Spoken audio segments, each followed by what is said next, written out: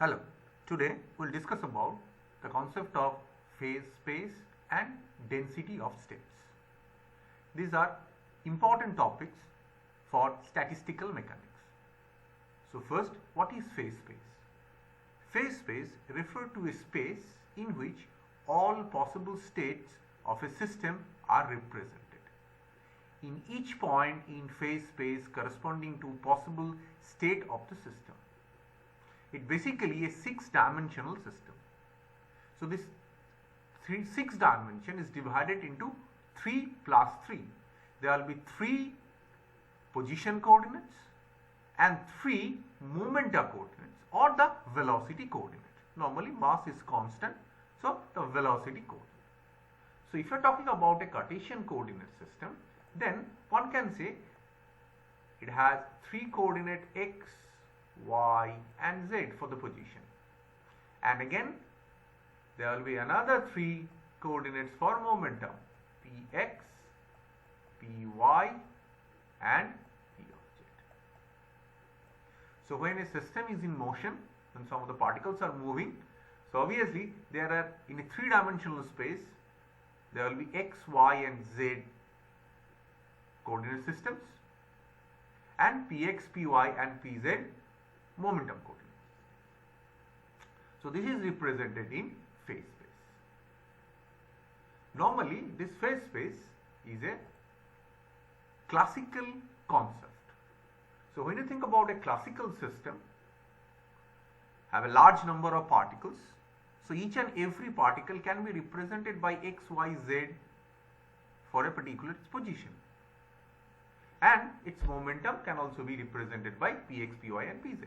Just imagine you have a system where you have some classical particles over there. So each and every particle will be represented by some x, y, z values and some px, py and pz. So this representation is known as phase space. So we need 6 coordinate system to represent phase space, position and momentum or the velocity. Sometimes it is known as mu space. So we'll take some example of phase space. So for simplicity, we are considering a system which is oscillating in harmonic. We have taken in real space, we have a spring attached with a heavy mass, some force was applied and it's keep on oscillating. When it is keep on oscillating, so it can be represented by this equation. So energy of this equation can be given as half p square by 2m. So this is basically representing the kinetic energy of the particle or the mass. And what is the potential energy? Potential energy is given as half k x square, where k is the spring constant of the system. Now from this simple equation one can say it is represented in form of x square. We have some x square over there, and you can just think about this is v square or p square. So this can be represented as some y square. So you can take all these values over there. So this can be represented as some r square. So when you have a 1-dimensional harmonic oscillator system, its position and momentum as is varying with time, it can be represented in form of x square plus y square. This is equal to some constant r square, a mathematical representation of a sphere. So now this is given over there. So you have a phase space. A simplest example, you have taken a harmonic oscillator and now it is represented as a sphere. So you can take some other system having some kinetic energy, having some potential energy, get the relation between x and that velocity, and you will get the pattern of this oscillation. Now the next part of this. Now phase space and density of states, they are closely related. But normally phase space is represented for the classical mechanical system, and when you have a quantum mechanical system, this will be represented by density of states. Now in case of density of states, normally it is represented as the density of state is focused basically the distribution of energy states within that phase space. So to do these things, we are going to consider a simplest quantum mechanical idea of potential box system. So this potential box is one of the important application of quantum mechanics, or one of the simplest application one can say. If the system is a three-dimensional potential box, so within the box potential is 0 and outside the box potential is infinite. So it's infinite. So particle is confined only within the potential box. And the wave functions are available somewhere here. Wave functions are 0 at the boundaries. Wave functions are 0, and within that box the wave function exists. Outside the box there is no existence of the wave function or the particle. So therefore this concept is extended for a three-dimensional system. So the energy of the particle is represented by E, and I am considering Nx, Ny and Nz, the values, the integer values along x, y and z direction. And along x direction, the length of the potential box is Lx, y this is Ly and the Lz along z axis. If you have a potential box, a quantum mechanical system, a bulk material we can think about, and we have some large number of particles which are confined within this. So the energy of the particle is represented by this particular equation.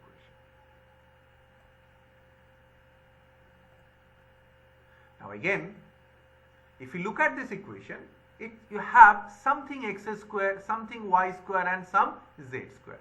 Take it common. So for simplicity we have taken it for the cubical system, where Lx, Ly and Lz this is equal to L. So just rearranging all of this, again we have x square plus y square plus z square equal to some constant which is represented by some n square. So again this is in the form x square plus y square plus z square, this is equal to r square. So again this is an equation of a sphere. So when you are thinking about a system, a potential box having different energy levels, energy states, for when you are representing different energy states, so Nx, Ny and Nz values are different. So if you take all of them, we are considering all the possible values. So this will be represented, at least graphically, it will be represented in form of a sphere. Nx square, Ny square, Nz square, this is equal to some constant n square.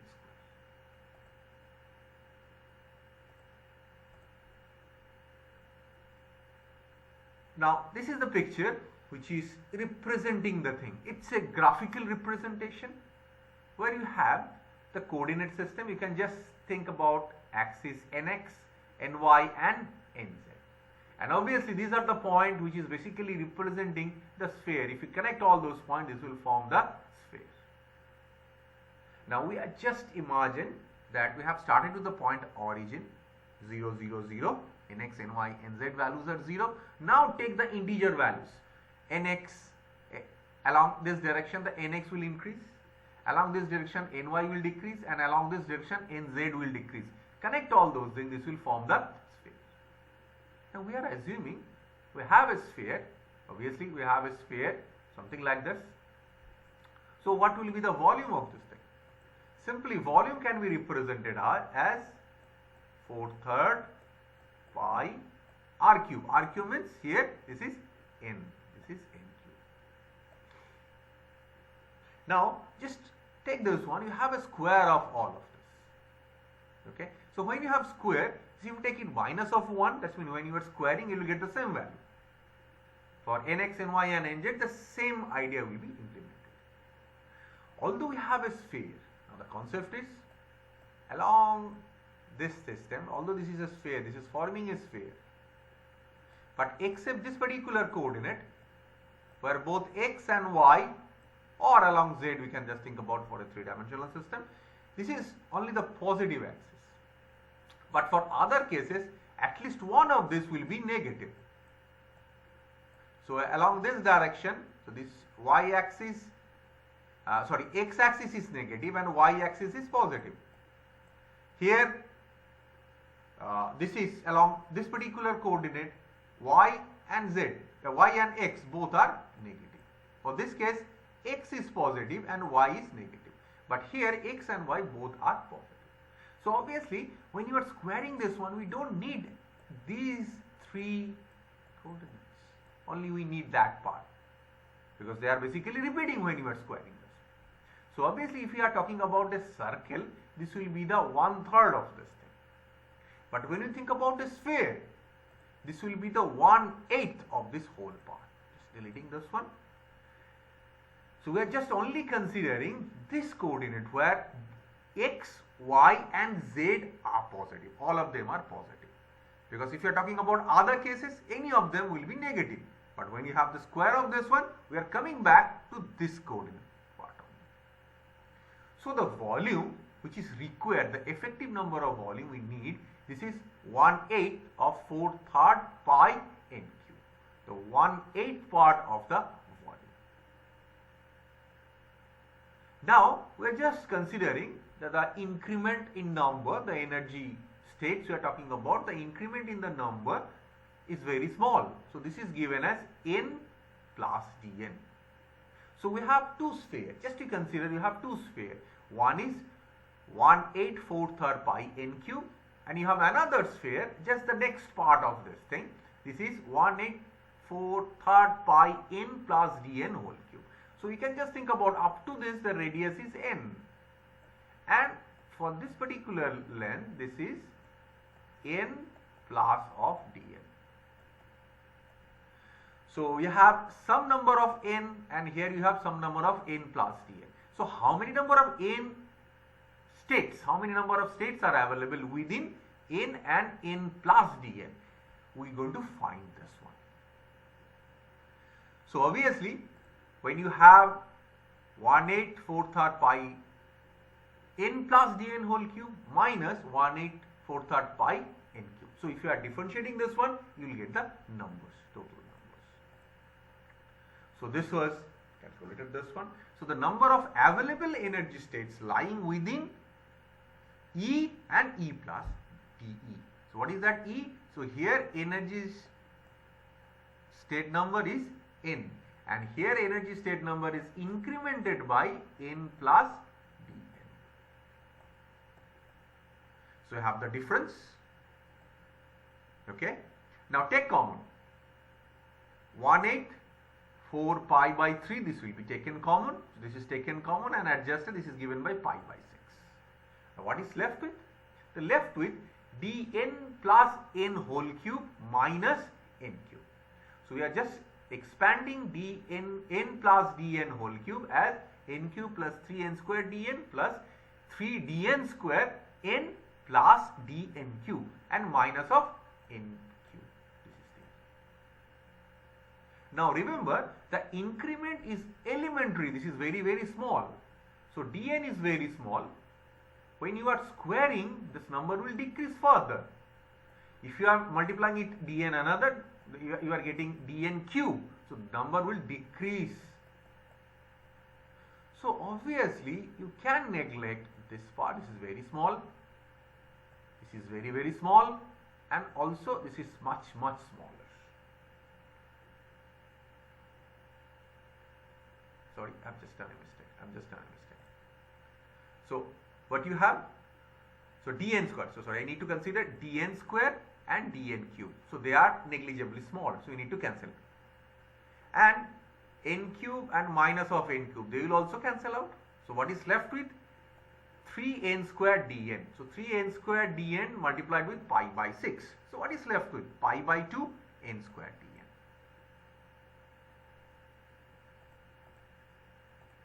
Now energy of the particle within the potential box, this is given as n square h square 8m into L square. So we can get n square from this. We can just rearranging this one and we can get n from this. So you have the n expression over here. Now we are just differentiating n square. So obviously here E and n both are variable. If n increases, energy will also increase. So they are variable, they are changing. So if they are variable, they can be differentiated. So n square, when you are differentiating n square, this will give you 2 of n dn. 2 of n dn. And obviously we are differentiating this part, so all are constant. 8m L square by h square, this is constant. So what is variable? This is dE. Now from this part we have this thing pi by 2 n square dn. So just putting this, converting that n in form of energy, in terms of energy. So initially we have pi by 6 3n square dn, okay, 3n square dn. Now this will be multiplied by 2. Actually when you are talking about Pauli's exclusion principle, so there will be two opposite spin. Okay, so for two opposite spin the state values will be multiplied by 2. So number will increase by 2. There will be two-fold of increment. So that's why the multiplication of 2 over there. Otherwise, if you are only considering this is electrons, then only you have this calculation 2 factor. So 2 is multiplied by pi by 6, 3n square dn, but we have already calculated this thing. So rearranging this one, this will be adjusted. So this will be pi n square dn. Now this n square can be written as n into n. So n into n dn, this thing. Now put the values over there. So you know what is n, we have just calculated what is n, you can put this value n over there. And what is n dn? Now see, this is n dn. Okay, so put this value over there. Now the next part is to rearrange all of this. So when you are rearranging this one, so this gives us ZE dE. So that's mean the number of quantum states in the volume region, in the potential box region, is given by this expression. Now here pi by 2 8m h square L cube, these are this to the power 3 by 2. These all are constant. For a particular system, you know the dimension of the material, so the L is fixed. So the mass of the particle, when you're talking about electron, this is obviously fixed, and others are constant, numerical values. So only variable is e to the power half. So what is conclude? The number of energy states. Which type of energy states? Quantum energy states. When electrons are confined, they are basically, this is denoted as ZE dE. This is proportional to energy to the power half. This is proportional to energy to the power half. We can just see these things. We have energy to the power half.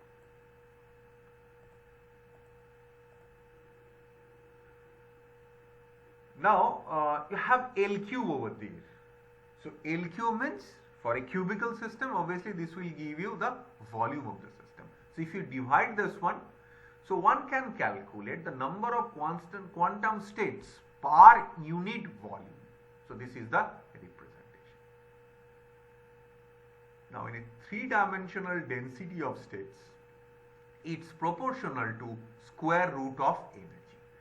So graphically this is represented by this. Here we are plotting quantum states per unit volume, and here we are plotting the function, we are plotting the energy. So put the value of energy, we can calculate this thing.